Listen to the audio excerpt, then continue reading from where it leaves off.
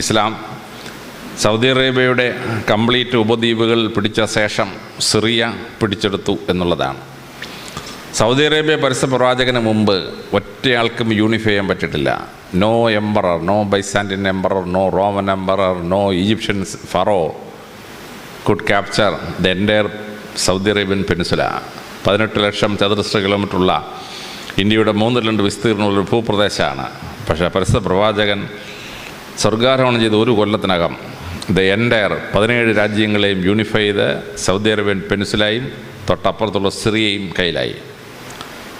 അബൂബക്കർ ഖലീഫയുടെ 2ാം വർഷമായപ്പോഴേക്കും ഇസ്ലാം ഇറാഖിൻ്റെ സമതലങ്ങൾ പിടിച്ചെടുത്തു. അബൂബക്കർ ഖലീഫ മരിച്ചിട്ട് അബൂബക്കർ ഖലീഫയുടെ ഫസ്റ്റ് കസിൻ ഉമർ ഖലീഫ ഭരണത്തിൽ വരുന്നു. അദ്ദേഹം 10 കൊല്ലം ഭരിച്ചുള്ളൂ. പക്ഷേ 10 വർഷം കൊണ്ട് ഇസ്ലാം ഇറാനിലെ പീഠഭൂമികൾ മുഴുവൻ പിടിച്ചെടുത്ത് കാസ്പിയൻ കടലിൻ്റെ അടുത്ത് നിന്ന് മുട്ടി എന്നുള്ളതാണ്. പാലസ്തീന നാട് മുഴുവൻ പിടിച്ചെടുത്ത് AD 638 ഇറാൻ മുഴുവൻ പിടിച്ചു. AD 642 നേരെ ഈജിപ്റ്റ് പിടിച്ചെടുത്തു. മഹത്തായ ഈജിപ്ഷ്യൻ സംസ്കാരം മുഴുവൻ പിടിച്ചെടുത്തു. ഖലീഫ ഉമറിന് ശേഷം ഉസ്മാൻ ഭരണത്തിൽ വന്നതോടുകൂടി ഇസ്ലാം ജൻറോഷ്യയും അതിനുശേഷം ട്രാൻസോക്സാനിയയും പിടിച്ച് കാസ്പിയൻ കടലിൻ്റെ അവിടെ വന്ന് തട്ടി. ഇസ്ലാം വടക്കോട്ട് പോയിരുന്നെങ്കിൽ സൈബീരിയ മുഴുവൻ ഇസ്ലാമിൻ്റെ കയ്യിലായിരുന്നു. പക്ഷേ ഇസ്ലാം തെക്കോട്ടാണ് തിരിയുന്നത്. അലി ഖലീഫയുടെ കാലഘട്ടത്തിന് ശേഷം കഴിഞ്ഞോടുകൂടി ഇസ്ലാം വിശാലമായ ഉമയ്യദ് ഖലീഫിൻ്റെ കാലഘട്ടത്തിൽ സോവിയറ്റ് റഷ്യയുടെ ഭാഗമായ 5 രാജ്യങ്ങൾ ടർക്കമെനിസ്ഥാൻ, ഉസ്ബെക്കിസ്ഥാൻ, ടാജിക്കിസ്ഥാൻ, കിർഗിസ്ഥാൻ, കസാക്കിസ്ഥാൻ തുടങ്ങിയ 5 സ്ഥാനങ്ങൾ പിടിച്ചെടുത്തു. അതിനുശേഷം AD 680 ആയപ്പം അഫ്ഗാനിസ്ഥാൻ പിടിച്ചു. AD 711 ആയപ്പോഴേക്കും മുഹമ്മദ് ബിൻ ഖാസിമിൻ്റെ നേതൃത്വത്തിൽ പാകിസ്ഥാൻ മുഴുവൻ പിടിച്ച് സിന്ധ് പ്രോവിൻസ് മുഴുവൻ പിടിച്ച് സൈന്ധവ നദീര സംസ്കാരം മുഴുവൻ ഇസ്ലാമിൻ്റെ സ്വാധീനത്തിലായി. AD 711 ശേഷം കിഴക്കോട്ട് സൈന്യം ഒന്ന് ഹോൾട്ട് ചെയ്ത് 2-3 നൂറ്റാണ്ട്. പടിഞ്ഞാട്ട് പോയ സൈന്യം AD 642 ഈജിപ്റ്റ് പിടിച്ചു, 646 ലിബിയ പിടിച്ചു, 652 ടുണീഷ്യ പിടിച്ചു. AD 661 ആയപ്പോഴേക്കും ഇസ്ലാം വന്നിട്ട് അൾജീരിയ പിടിച്ചെടുത്തു. അൾജീരിയ എന്ന് പറഞ്ഞാൽ 17 ലക്ഷം ചതുരശ്ര കിലോമീറ്ററാണ്. ഇന്ത്യയുടെ 3/2 ആ രാജ്യം. അത് മുഴുവൻ പിടിച്ചെടുത്ത് 680 കഴിഞ്ഞപ്പോഴേക്കും മൊറിട്ടാനിയ പിടിച്ചെടുത്തു. 690 ആയപ്പോൾ പോളിസാറിയോ പിടിച്ചെടുത്തു. ഇസ്ലാമിൻ്റെ പ്രഗത്ഭനായ ജനറൽ താരിഖ് അദ്ദേഹം വന്ന് ജിബ്രാൾട്ടർ കടന്ന് സ്പെയിനിൽ പ്രവേശിച്ചു. ജിബ്രാൾട്ടർ എന്ന വാക്ക് തന്നെ 2 രീതിയിൽ വ്യാഖ്യാനിക്കാറുണ്ട്. ജബൽ അൽ താരിഖ്, താരിഖിൻ്റെ മല എന്നും താരിഖ് കടന്നുപോയ സ്ഥലം എന്ന് 2 അർത്ഥത്തിലും വ്യാഖ്യാനിക്കാറുണ്ട്. പക്ഷേ ജിബ്രാൾട്ടർ എന്ന വാക്ക് ഇസ്ലാമിക ജനറലിൻ്റെ പേരിലാണ്, ജിബ്രാൽ അൽ താരിഖ്. അദ്ദേഹം സ്പെയിനും പോർച്ചുഗലും പിടിച്ചെടുത്തു. എന്നിട്ട് പിറനീസ് പർവ്വതനിരകൾ കടന്ന് പാരീസിലേക്ക് മാർച്ച് ചെയ്തു. പാരീസിന് 200 കിലോമീറ്റർ തെക്ക് ബാറ്റിൽ ഓഫ് പോയിറ്റിയേഴ്സ് അല്ലെങ്കിൽ ബാറ്റിൽ ഓഫ് ടൂൾസിലാണ് ചാർലിമീൻ ചക്രവർത്തിയുടെ മുത്തച്ഛൻ ചാൾസ് മാർട്ടൽ ഇസ്ലാമിക സൈന്യത്തെ ഹോൾട്ട് ചെയ്ത്. പടിഞ്ഞാറോട്ട് ഗംഭീരമായ യാത്രയാണ്. 300 വർഷങ്ങൾക്ക് ശേഷം AD 1090, 1100 ആയപ്പോഴേക്കും ഇസ്ലാം ഉത്തരേന്ത്യയിലേക്ക് തള്ളിക്കയറി. ഇന്ന് നമ്മൾ ഇന്ത്യയുടെ ഭാഗമായിരിക്കുന്ന 13 സംസ്ഥാനങ്ങൾ ഇസ്ലാമിൻ്റെ സ്വാധീനത്തിലായി. 14-ാം നൂറ്റാണ്ട് കഴിഞ്ഞതോടുകൂടി ഡക്കൻ പീഠഭൂമിയുടെ വടക്കൻ പ്രദേശങ്ങൾ മഹാരാഷ്ട്രയും ആന്ധ്രയും ഒക്കെ അവരുടെ കയ്യിലായി. അതിനുശേഷം ഇസ്ലാം മലേഷ്യ പിടിച്ചെടുത്തു, ബ്രൂണൈ പിടിച്ചെടുത്തു. 20,000 ദ്വീപുകളുള്ള ഇന്തോനേഷ്യൻ ആർക്കിപ്പെലാഗോ മുഴുവൻ പിടിച്ചെടുത്തു. 1953 ആയപ്പോഴേക്കും ഇസ്ലാം ടർക്കി മുഴുവൻ പിടിച്ചെടുത്തു. 1953 കോൺസ്റ്റാന്റിനോപ്പിൾ പിടിച്ചെടുത്തു. ഇതിനിടയ്ക്ക് ഇസ്ലാം ഭയങ്കര പ്രശ്നം നേരിട്ടു. പാശ്ചാത്യദാസ് എന്ന കുരിശുയുദ്ധങ്ങളെന്ന് പറഞ്ഞ 12 കുരിശുയുദ്ധങ്ങളാണ്. അവർ പലതവണയും ജെറുസലേം പിടിച്ചു, പലസ്തീൻ പിടിച്ചു. പക്ഷേ 100 വർഷം കഴിഞ്ഞപ്പോഴേക്ക് ഇസ്ലാം ക്രൂസൈഡേഴ്സിനെ മുഴുവൻ തിരിച്ച് യൂറോപ്പിലേക്ക് പറഞ്ഞേച്ചത് മുഴുവൻ പിടിച്ചെടുത്തു. 500 വർഷത്തെ അബ്ബാസിഡ് ഭരണം പൂർത്തിയായപ്പോൾ 751 അബ്ബാസിഡ് ഭരണം വരുന്നത്. 1258 മംഗോൾസിൻ്റെ ഭയങ്കര ആക്രമണം. മംഗോൾസിൻ്റെ ആക്രമണത്തിൽ ചൈന തകർന്നു, റഷ്യ തകർന്നു, മംഗോളിയ തകർന്നു. അങ്ങനെ ഇടയ്ക്കുള്ള മുഴുവൻ രാജ്യവും തകർന്നുപോയി. പക്ഷേ ഇസ്ലാം അതിഗംഭീരമായിട്ട് പിടിച്ചു തന്നു. അബ്ബാസിഡ് കാലിഫേറ്റ് പോയി, ബാഗ്ദാദ് തകർത്തു, 2 ലക്ഷത്തോളം മുസ്ലിങ്ങളെ കൊന്നു. എന്നിട്ട് ഈജിപ്തിലോട്ട് തള്ളിക്കയറാൻ വേണ്ടി വന്ന സമയത്താണ് അൽ-ബിരിയ യുദ്ധത്തിൽ ഇസ്ലാം മംഗോളുകളെ തോൽപ്പിച്ചു. മംഗോളുകളിൽ ഭൂമിയിൽ ആർക്കും തോൽപ്പിക്കാൻ പറ്റിയിട്ടില്ല, ഇസ്ലാമിനെ മാത്രം തോൽപ്പിച്ചു. ഇസ്ലാം മംഗോളുകളെ പുറത്തോട്ട് തള്ളി. ഇസ്ലാം പിടിച്ചെടുത്ത മുഴുവൻ സ്ഥലങ്ങളും തിരിച്ച് ഇസ്ലാമിലേക്ക് വന്നു. മംഗോൾസിനെ പരാജയപ്പെടുത്തി തിരിച്ചു വന്നു. ചരിത്രം വായിക്കുമ്പോൾ അമ്പരന്ന് പോവുകയാണ്. ലോകത്തിലെ 7 നദീതര സംസ്കാരങ്ങളാണ്. ആ 7 നദീതര സംസ്കാരങ്ങളിൽ 6 നദീതര സംസ്കാരങ്ങളും ഇസ്ലാമിൻ്റെ സ്വാധീനത്തിലായി. ഈജിപ്ഷ്യൻ സംസ്കാരം, സുമേരിയൻ സംസ്കാരം, ബാബിലോണിയൻ സംസ്കാരം, അസീറിയൻ സംസ്കാരം, പേർഷ്യൻ സംസ്കാരം, സൈന്ധവ നദീതര സംസ്കാരം, നൈജർ നദീ തീരത്തുള്ള സൊഹൈൽ സംസ്കാരം എല്ലാം ഇസ്ലാമിൻ്റെ കീഴിലായി. ചൈന ഒഴിച്ച് ബാക്കി 7 നദീതര സംസ്കാരങ്ങളിൽ 6 ഇസ്ലാമിൻ്റെ സ്വാധീനത്തിലായി.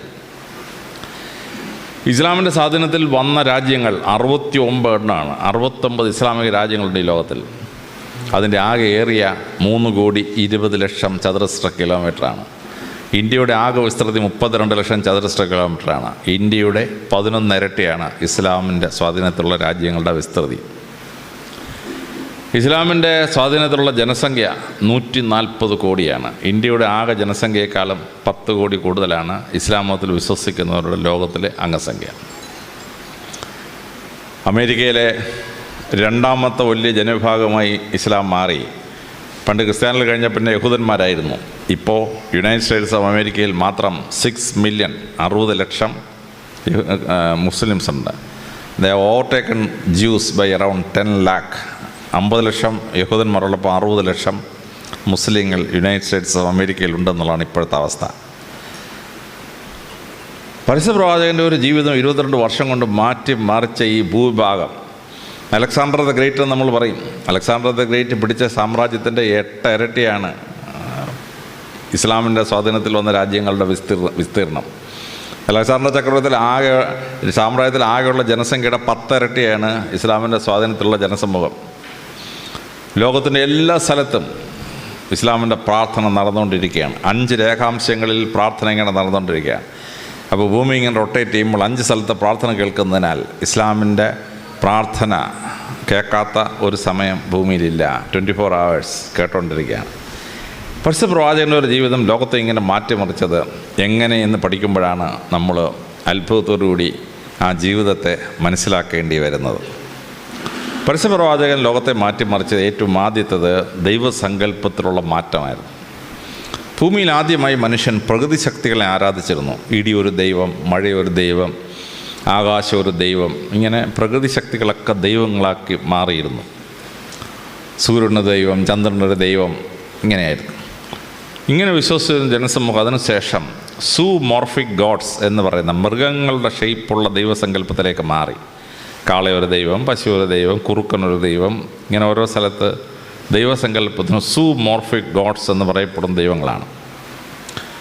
അതിൻ്റെ അടുത്ത ഘട്ടം എത്തിയപ്പോൾ മനുഷ്യനും മൃഗം കൂടെ ചേരുന്ന ഒരു രൂപമായി ദൈവത്തിൻ്റെ ഭാവം. അപ്പോൾ നൂബിസ് എന്ന ദേവനുണ്ട് ഈജിപ്തുകാർക്ക്, പകുതി കുറുക്കൻ പകുതി മനുഷ്യൻ. ഇന്ത്യക്കാർക്ക് ഒരു നരസിംഹമുണ്ട്, പകുതി സിംഹം പകുതി മനുഷ്യൻ. ഈജിപ്തുകാരുടെ വലിയ ദേവനാണ് ഹോറസ്, തല പരുന്താണ്, ശരീരം മനുഷ്യൻ്റെയാണ്. യൂറോപ്പിലെ പ്രസിദ്ധനായ ഒരു ദേവനുണ്ടായിരുന്നു കാസ്റ്റർ, തല മനുഷ്യൻ്റെയാണ്, ഉടൽ കുതിരയുടെയാണ്. നമുക്ക് തന്നെ ഗണപതി സങ്കല്പമുണ്ട്, ആനയും മനുഷ്യനും കൂടെ ചേർന്ന സങ്കല്പം. അപ്പോൾ മിക്സഡ്, മൃഗവും മനുഷ്യനും ചേർന്ന ഒരു ദൈവഭാവം ഉണ്ടായി. അത് കഴിഞ്ഞപ്പോൾ മനുഷ്യൻ ആന്ത്രോപോമോർഫിക് ഗോഡ്സ് എന്ന സങ്കല്പം ഉണ്ടായി. ദൈവം മനുഷ്യനെ പോലിരിക്കും, 2 കണ്ണ്, ഒരു മൂക്ക്, ഒരു ചെവി, ഇങ്ങനെ ദൈവം മനുഷ്യനെ പോലിരിക്കുകയാണ്. ദൈവം മനുഷ്യനെ പോലെ ചിന്തിക്കും, മനുഷ്യ സ്ത്രീകളെ കണ്ടാൽ ദൈവത്തിന് വികാരം വരും, ഇങ്ങനെയൊക്കെയാണ് പരിപാടികൾ. അപ്പോൾ ഇതിങ്ങനെ വന്ന സമയത്താണ് മനുഷ്യൻ ദൈവത്തെ പോലെ ഇരിക്കുമെന്നുള്ള, ദൈവങ്ങൾ ഭൂമിയിൽ വന്ന് മനുഷ്യ സ്ത്രീകളുമായി ബന്ധമുണ്ടാക്കി കുട്ടികളെ ജനിപ്പിക്കും, ദൈവത്തിന് ഭാര്യ, മക്കൾ, ഇങ്ങനെയൊക്കെയുള്ള സങ്കല്പമാണ്. അങ്ങനെ ദൈവസങ്കല്പം സ്റ്റക്കായി നിൽക്കുന്ന അവസരത്തിൽ പരിശുദ്ധ പ്രവാചകൻ വന്ന് ദൈവസങ്കല്പത്തെ മാറ്റിമറിച്ചു. ഫോംലെസ് ഗോഡ്, ദൈവത്തിന് ഫോമില്ല, ദൈവത്തിന് കണ്ണില്ല പക്ഷേ കാണാം, ചെവിയില്ല പക്ഷേ കേൾക്കാം. Formless God. ആ ഫോംലെസ് ഗോഡ് എന്ന് പറയുന്നത് അതിഗംഭീരമായ ഒരു വിപ്ലവമാണ്. ദൈവത്തെ ഫോംലെസ് ആക്കി മാറ്റി. ദൈവത്തിന് ഭാര്യയില്ല, മക്കളുമില്ല, ദൈവത്തിന് പുത്രനുമില്ല, പുത്രിയില്ല. ദൈവം ദൈവമാണ്, മനുഷ്യൻ മനുഷ്യനാണ്. ഇത് അതിശ്രദ്ധേയമായ ഒരു സങ്കല്പം ദൈവസങ്കല്പത്തെ മാറ്റിമറിച്ചു. മറ്റു സമൂഹങ്ങളിൽ ദൈവം എണ്ണത്തിൽ വളരെ കൂടുതലായിരുന്നു. ഇന്ത്യയിൽ തന്നെ 33 കോടി ദേവന്മാരുണ്ടായിരുന്നു. യൂറോപ്യന്മാരുടെ ദൈവങ്ങളെല്ലാം കൂടെ എണ്ണിയാൽ 12,000-ന് മേളിലായിരുന്നു. ഈജിപ്തുകാരുടെ ദൈവങ്ങളെല്ലാം കൂടെ കൂട്ടിയ 1000-ന് മേളിലാണ്. പരിശുദ്ധ പ്രവാചകൻ പറഞ്ഞു, വൺ ഗോഡ്, മോണോതെയിസം. ക്രിസ്തുവിന് 1400 വർഷങ്ങൾക്ക് മുമ്പ് അക്കനാത്തോൺ എന്ന് പറഞ്ഞൊരു ഒരു ഫറോ രാജാവാണ് ആദ്യം ഏകദൈവ വിശ്വാസം പറഞ്ഞത്. അയാളെ തല്ലിക്കൊന്നു. അയാളുടെ മോൻ തീയെ തല്ലിക്കൊന്നു. അതാണ് തൂത്തൻകാമൻ എന്ന് പറയുന്നത്. തൂത്തിനെ തല്ലിക്കൊന്നു. 22 വയസ്സായപ്പോഴേ മരിച്ച്.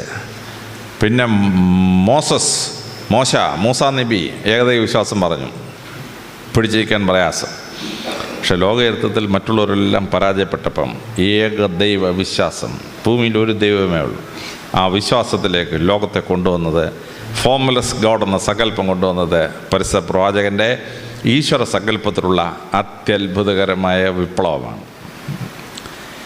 ആ വിപ്ലവത്തിൻ്റെ ഭാഗമായ പരിശുദ്ധ പ്രവാചകൻ രണ്ടാമതൊരു വലിയ വിപ്ലവം ഉണ്ടാക്കി. ദൈവത്തോട് പ്രാർത്ഥിക്കേണ്ടത് എങ്ങനെ? പണ്ട് ദൈവത്തിന് തൃപ്തി വരണമെങ്കിൽ മനുഷ്യൻ്റെ കുഞ്ഞുങ്ങളെ ബലി കൊടുക്കണം. ഗ്രീക്കുകാർ ട്രോയ് യുദ്ധത്തിന് പോവുകയാണ്. ട്രോയ് യുദ്ധത്തിന് പോകുമ്പം ഒരു പെൺകുട്ടിയെ ബലി കൊടുക്കണം. അപ്പം ആരെങ്കിലും ഒരു പെൺകുട്ടിയെ ബലി കൊടുക്കാൻ കൊണ്ടുവന്നാൽ 5000 സ്വർണ്ണ നാണയം കൊടുക്കാമെന്ന് പറഞ്ഞു. അഗമെമ്നോൺ ആരും കൊടുത്തില്ല. യുദ്ധം ജയിക്കണ്ടേ? അഗമെമ്നോൺ എന്ത് ചെയ്തു? തൻ്റെ സ്വന്തം മകൾ 13 വയസ്സുള്ള ഇഫിജീനിയ എന്ന് പറയുന്ന പെൺകുട്ടിയെ, ആ പെൺകുട്ടി ഹൈഡ്ര എന്ന ആ കുട്ടിക്ക് വേറൊരു പേരുണ്ട്, ആ കുട്ടിയെ കൊണ്ടുവന്നും വെട്ടി ഞുറുക്കി ദൈവത്തിന് ബലി കൊടുത്തു. പോയി ട്രോയ് യുദ്ധം ജയിച്ചു. സ്വന്തം മക്കളെ ബലി കൊടുക്കണം. ഇബ്രാഹിം നബിയുടെ കാലത്തുണ്ടായിരുന്ന ആ തെറ്റിദ്ധാരണ, അദ്ദേഹം മകനെ ബലി കൊടുക്കണം ദൈവം പറഞ്ഞു, അങ്ങാർക്ക് അങ്ങ് തോന്നി. അങ്ങാര് മോനെ ബലി കൊടുക്കാൻ കൊണ്ടുപോയി. ദൈവം ഇടപെട്ടു, നീ കുഞ്ഞിനെ ബലി കൊടുക്കണ്ടെന്ന് പറഞ്ഞു, പകരം ആടിനെ ബലി കൊടുത്താളാൻ പറഞ്ഞു. അങ്ങനെയാണ് ഈ മട്ടൺ ബിരിയാണി ഉണ്ടാക്കുന്ന പരിപാടിയൊക്കെ നമ്മൾ പഠിച്ചത്. മട്ടണെ തിന്നുക, ദൈവം മനുഷ്യരെ വേണ്ട. അമേരിക്കയിലെ മായൻ സംസ്കാരവും അസ്ട്രക് സംസ്കാരവും അവർ എത്രത്തോളം മനുഷ്യൻ്റെ രക്തം ഒഴുക്കുന്നു അത്രത്തോളം ദൈവത്തിന് തൃപ്തിപ്പെടുമെന്നാണ്. യുഎന്നോട് പ്രസിദ്ധമായ ഒരു ഇതുണ്ട്, വേൾഡ് ഹെറിറ്റേജ് സൈറ്റ് ചിച്ചൻ ഇറ്റ്സയുടെ പിരമിഡ് ഉദ്ഘാടനം ചെയ്തപ്പോൾ 20,000 മനുഷ്യരെ കൊണ്ടുവന്ന് നെഞ്ച് പിളർന്ന് ചങ്കും കൂപ്പോടും ദൈവത്തിന് കൊടുത്തു. എന്തിനാണ് ദൈവത്തിന് തൃപ്തിപ്പെട്ടത്? ഇങ്ങനെ മനുഷ്യബലി മൃഗബലിയിലേക്ക് മാറി. യഹൂദന്മാർ പെസഹ ആചരിക്കുമ്പോൾ ജെറുസലേം ദേവാലയത്തിൽ ആടിനെ ബലി കഴിക്കും. Sisters AD 56 കണക്കെടുത്തു. 2,56,000 ആടുകളെയാണ് ബലി കഴിച്ചതെന്നാണ് കണക്കെടുത്തത്. 2,56,000 ആടുകൾ. അങ്ങനെ ആടിൻ്റെ ബലി നടന്നുകൊണ്ടിരിക്കുന്ന അവസരത്തിലാണ് യേശുക്രിസ്തു വന്നിട്ട് ആ ബലിയെ അഗ്രികൾച്ചറൽ പ്രോഡക്ട്സ് ഉപയോഗിച്ച് പ്രാർത്ഥിക്കാമെന്ന് പഠിപ്പിച്ചത്. അപ്പവും വീഞ്ഞും വെച്ച് പ്രാർത്ഥിക്കുക. അപ്പവും വീഞ്ഞും അഗ്രികൾച്ചറൽ പ്രോഡക്ട്സാണ്. അങ്ങനെ അഗ്രികൾച്ചറൽ പ്രോഡക്ട്സ് ഉപയോഗിച്ചുള്ള ഒരു പ്രാർത്ഥനയായി മാറി. അങ്ങനെ കാനിബാളിസത്തിൽ തുടങ്ങി മൃഗബലി എന്ന് പറയുന്ന സുവോളജിക്കൽ ബലിയായി, പിന്നെ ബോട്ടാണിക്കൽ ബലിയായി. അങ്ങനെ ഇരിക്കുന്ന സമയത്താണ് പരിശുദ്ധ പ്രവാചകൻ അത്ഭുതകരമായ വിപ്ലവം ഉണ്ടാക്കിയത്. പ്രവാചകൻ പറഞ്ഞു, ദൈവത്തെ സന്തോഷിപ്പിക്കാൻ ഒരു മൃഗത്തെയും കൊല്ലണ്ട, ഒരു സസ്യത്തെയും കൊല്ലണ്ട, നിങ്ങൾ ദൈവത്തോട് നേരിട്ടങ്ങ് പ്രാർത്ഥിച്ചാൽ മതി.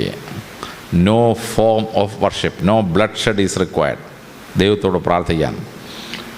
അങ്ങനെ ഈ ബലി എന്ന സങ്കല്പം മാറ്റി നേരിട്ട് ദൈവത്തോട് പ്രാർത്ഥിക്കേണ്ട സിസ്റ്റം കൊണ്ടുവന്നു. ആ സിസ്റ്റം കൊണ്ടുവന്നപ്പോൾ പ്രവാചകൻ ചെയ്തത് അത്യത്ഭുതകരമായ ഒരു മെഡിക്കൽ സയൻസാണ്. പ്രവാചകൻ പ്രാർത്ഥിക്കാൻ നേരം സമയം ഫിക്സ് ചെയ്തു. വെളുപ്പാങ്കാലത്ത് 4 മണിക്ക് കമ്പൽസറി അല്ലാത്തൊരു നിസ്കാരമുണ്ട്. പക്ഷേ കമ്പൽസറി നിസ്കാരങ്ങൾ 5 എണ്ണം. സൂര്യൻ ഉദിക്കുന്നു, സൂര്യനെ കാണാൻ വയ്യ, സൂര്യരശ്മികൾ കാണാം, ഒരു നിസ്കാരം. ഒരു വടി നാട്ടിയാൽ വടിക്ക് നിഴലില്ലാതാകുന്ന അവസരത്തിൽ മിഡ് ഡേ സൂര്യൻ നേരെ വടിയുടെ മേളിൽ വരുന്ന സമയത്ത് 2ാമത്തെ നിസ്കാരം. ഒരു വടി നാട്ടിയാൽ വടിയുടെ നീളവും നിഴലിൻ്റെ നീളവും ഈക്വലാവുമ്പോൾ സൂര്യരശ്മികൾ 45 ഡിഗ്രി ആംഗിൾ വരുമ്പോൾ അടുത്ത നിസ്കാരം. സൂര്യൻ അസ്തമിച്ചു, സൂര്യനെ കാണാൻ വയ്യ, സൂര്യരശ്മികൾ കാണാം, അടുത്ത നിസ്കാരം. ചന്ദ്രൻ ഉദിച്ചു കഴിഞ്ഞാൽ ചന്ദ്രരശ്മികൾ കൊണ്ട് വടിയുടെ നീളവും നിഴലിൻ്റെ വീതവും ഈക്വലാവുമ്പം അടുത്ത നിസ്കാരം. 5 കമ്പൽസറി നിസ്കാരങ്ങൾ. നാസയിലെ റോക്കറ്റ് വിക്ഷേപണ കേന്ദ്രത്തിലെ ശാസ്ത്രജ്ഞന്മാർ ഈ സമയമൊക്കെ ശ്രദ്ധിച്ചപ്പോൾ അത്ഭുതപ്പെട്ടു പോയി. കാരണം സൂര്യൻ്റെയും ചന്ദ്രൻ്റെയും പ്രപഞ്ചത്തിൻ്റെയും നീക്കങ്ങളനുസരിച്ച് മനുഷ്യൻ്റെ ശരീരത്തിൽ ഒരു ബയോളജിക്കൽ ക്ലോക്കുണ്ട്. ഈ ബയോളജിക്കൽ ക്ലോക്ക് ടേൺ ചെയ്യുന്ന പോയിൻറ്റ്സാണ് ഈ 5 എണ്ണം. ആ ബയോളജിക്കൽ ക്ലോക്ക് ടേൺ ചെയ്യുന്ന സമയത്ത് പ്രാർത്ഥിച്ചാൽ മനുഷ്യന് ആരോഗ്യം മാത്രമല്ല ബുദ്ധിശക്തിയും കിട്ടുന്ന അത്ഭുതം അവിടെ നടക്കുകയാണ്. വെളുപ്പിന് 4 മണി എന്ന് പറഞ്ഞാൽ കമ്പൽസറി അല്ലാത്ത നിസ്കാരം വെച്ചിരിക്കുന്ന സമയമോ അത് മനുഷ്യൻ്റെ തലച്ചോറിന് ഏറ്റവും കൂടുതൽ ബുദ്ധിശക്തി ഉണ്ടാകുന്ന സമയമാണ്. ഭാരതീയ പുരാണങ്ങൾ പറയുന്നു, ബ്രഹ്മമുഹൂർത്തേ ഉത്തിഷ്ഠേ. ബ്രഹ്മമുഹൂർത്തം വെളുപ്പിന് 4 AM തലച്ചോറിന് ഏറ്റവും ബുദ്ധി ഉണ്ടാകുന്ന സമയം. അപ്പോൾ പ്രപഞ്ചത്തിൻ്റെ നീക്കങ്ങളനുസരിച്ച്, സൂര്യൻ്റെയും ചന്ദ്രൻ്റെയും നക്ഷത്രങ്ങളുടെ നീക്കങ്ങളനുസരിച്ച് മനുഷ്യ ശരീരത്തിൽ മാറ്റമുണ്ടാകുന്ന സമയത്ത് പ്രാർത്ഥന കൊണ്ട് ഫിക്സ് ചെയ്തു പ്രവാചകൻ. തലച്ചോറിന് ഏറ്റവും ബുദ്ധി ഉണ്ടാകുന്ന സമയത്ത് പ്രാർത്ഥന കൊണ്ട് ഫിക്സ് ചെയ്തു പ്രവാചകൻ. 1400 കൊല്ലത്തിന് മുമ്പ് ഒരു MBBS പഠിച്ചിട്ടില്ലാത്ത പ്രവാചകൻ ഇത്ര ഗഹനമായി ഒരു മെഡിക്കൽ പ്രിൻസിപ്പിൾ എങ്ങനെ മനസ്സിലാക്കി എന്നുള്ളത് ഡോക്ടർമാരെ അമ്പരപ്പിക്കുന്ന ഒരു സംഭവമാണ്. അമ്പരപ്പിക്കുന്ന സംഭവം. പ്രാർത്ഥനയുടെ സമയം ഫിക്സ് ചെയ്തു. പ്രാർത്ഥിക്കാൻ നേരം ലോകത്തിൽ എവിടെയാണെങ്കിലും പ്രാർത്ഥിക്കാം. മറ്റു മതങ്ങൾക്ക് പ്രാർത്ഥിക്കണമെങ്കിൽ പ്രതിമ വേണം, വലിയ പ്രതിമ വേണം, അല്ലെങ്കിൽ ചിത്രങ്ങൾ വരച്ച് അതിന് മുമ്പിൽ വേണം, ഇല്ലെങ്കിൽ ഫോട്ടോഗ്രാഫിക് പ്രൊജക്ഷൻസ് വേണം, അതല്ലെങ്കിൽ വിശാലമായ ആരാധനാലയം വേണം, അതിന് കൊടിമരം വേണം, ഗോപുരം വേണം. പ്രവാചകൻ പറഞ്ഞു, ഇതൊന്നും ദൈവത്തിൻ്റെ മുമ്പാകെ പ്രാർത്ഥിക്കാൻ വേണ്ട. ഒരു വിഗ്രഹം ഉണ്ടാക്കണ്ട, ഒരു ചിത്രവും വരയ്ക്കണ്ട, ഒരു രൂപവും പ്രൊജക്റ്റ് ചെയ്യണ്ട, ദേവാലയത്തിന് ഗോപുരം വേണ്ട, ദേവാലയത്തിന് കൊടിമരവും വേണ്ട. എനിവേർ യു ക്യാൻ പ്രേ. നിങ്ങളും ദൈവവും തമ്മിൽ ഒരു തടസ്സവും വേണ്ട. ഞങ്ങളെപ്പോൾ ആളുകൾ ട്രെയിനിൽ യാത്ര ചെയ്യുമ്പോൾ ഞങ്ങൾക്ക് മനസ്സിന് കുളിർമ ഉണ്ടാകുന്ന അനുഭവമുണ്ട്. പെട്ടെന്ന് വാങ്ക് വിളിക്കും. വാങ്ക് വിളിച്ചു കഴിഞ്ഞാൽ ട്രെയിനിൽ യാത്ര ചെയ്യുന്ന മുസ്ലിങ്ങൾ പെട്ടെന്ന് നടുക്കോട്ട് വന്ന് മുട്ടുകുത്തി ഒരു നിസ്കാരം, ചെറിയൊരു തോർത്ത് വിരിച്ച് ഒരൊറ്റ നിസ്കാരം. മറ്റുള്ള മതക്കാർക്ക് പരസ്യമായി പ്രാർത്ഥിക്കാൻ എന്തൊരു നാണക്കേടാണ്. മുസ്ലിങ്ങൾക്ക് പ്രശ്നമില്ല. ഓടുന്ന ട്രെയിനിൽ മുട്ടുകുത്തി നിസ്കരിക്കുന്ന മുസ്ലിമിനെ കാണുമ്പോൾ മനസ്സിൽ വളരെ സന്തോഷമുണ്ടാവും. ഈശ്വരനോട് പ്രാർത്ഥിക്കാൻ ഒരു തടസ്സവും വേണ്ട, ഒരു മീഡിയവും വേണ്ട, ഒരു പ്രതിമയും വേണ്ട, ഒരു ചിത്രവും വേണ്ട. യു ക്യാൻ പ്രേ. ഇത് പ്രാർത്ഥനയുടെ വലിയ അത്ഭുതമാണ്. പരിശുദ്ധ പ്രവാചകൻ മനുഷ്യൻ്റെ പ്രാർത്ഥന അവൻ്റെ ജീവിത സാഹചര്യവുമായും പ്രപഞ്ചത്തിൻ്റെ സത്യവുമായും കൂട്ടി യോജിപ്പിച്ചു എന്നുള്ളതാണ് അതിഗംഭീരമായ പ്രാർത്ഥന. ആ പ്രാർത്ഥനയുടെ ഭാഗമായിട്ട് പരിശുദ്ധ പ്രവാചകൻ 3ാമതൊരു സിസ്റ്റം ഉണ്ടാക്കി. അതാണ് നോമ്പ് അല്ലെങ്കിൽ ഉപവാസം എന്ന് പറയുന്നത്. മറ്റു മതങ്ങൾക്കൊക്കെ ഉപവാസമാണ്. ഉപവാസം എന്ന് പറഞ്ഞാൽ ലെസ്സർ ലൈഫ്, പൂർണ്ണതയില്ലാത്ത ജീവിതം എന്നാണ് ഉപവാസം എന്ന വാക്കിൻ്റെ അർത്ഥം. പ്രവാചകന് ഉപവാസം എന്നുള്ള വാക്കെടുത്തില്ല, പ്രവാചകൻ നോമ്പ് എന്ന വാക്കെടുത്തു. ആ നോമ്പിന് ക്ലാസിക്കൽ അറബിയിൽ രോഗങ്ങളെ സൗഖ്യമാക്കുന്ന കാലം എന്നാണ് അർത്ഥം.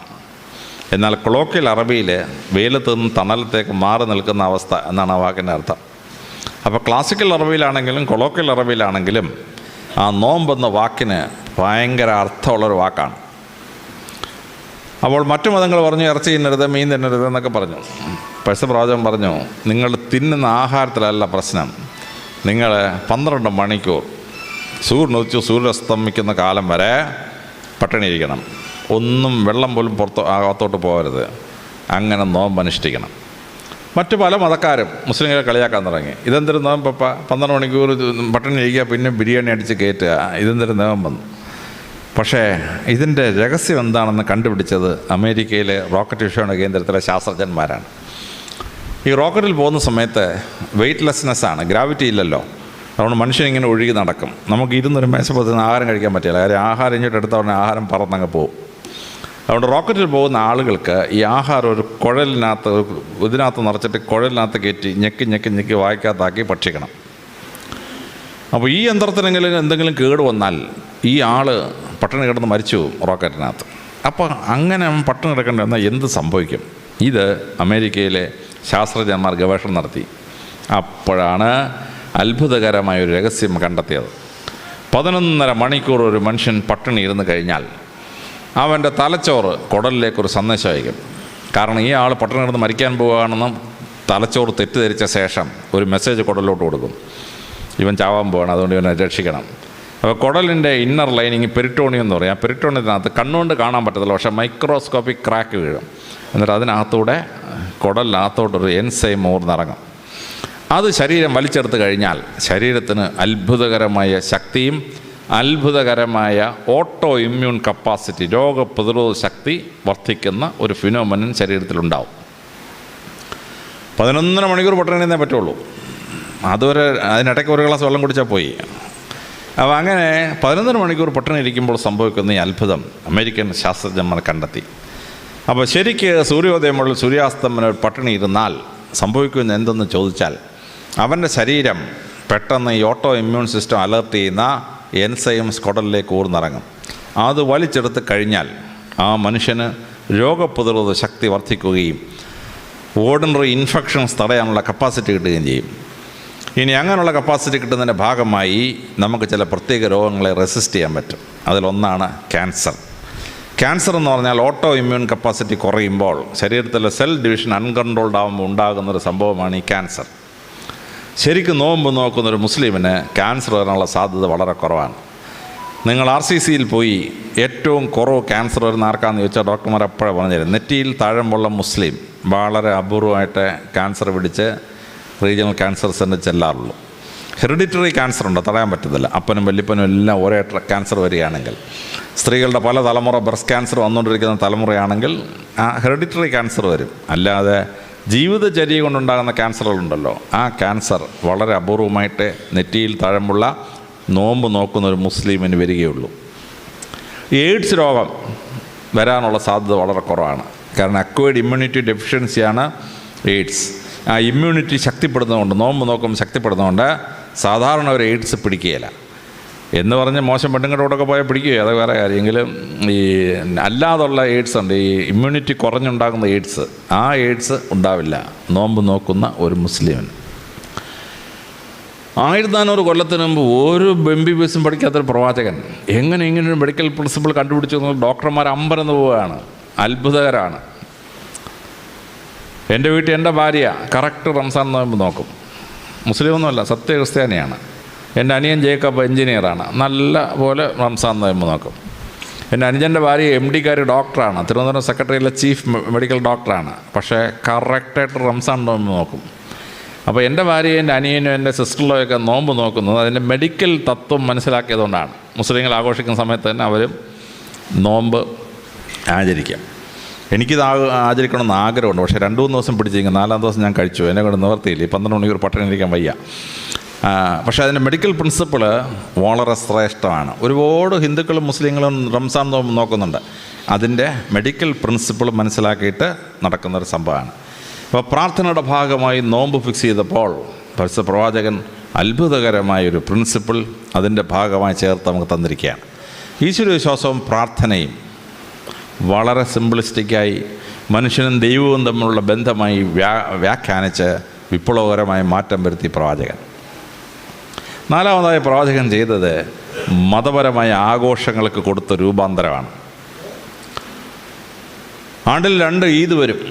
ആ ഈദിന് ആഘോഷിക്കാൻ പരിശുദ്ധ പ്രവാചകൻ പറഞ്ഞു, ഒരു മൃഗങ്ങളെ നിങ്ങൾ എഴുന്നള്ളിക്കണ്ട, നിങ്ങളൊരു വെടിക്കെട്ട് നടത്തണ്ട, കരിയും കരിമരുന്നൊന്നും വേണ്ട.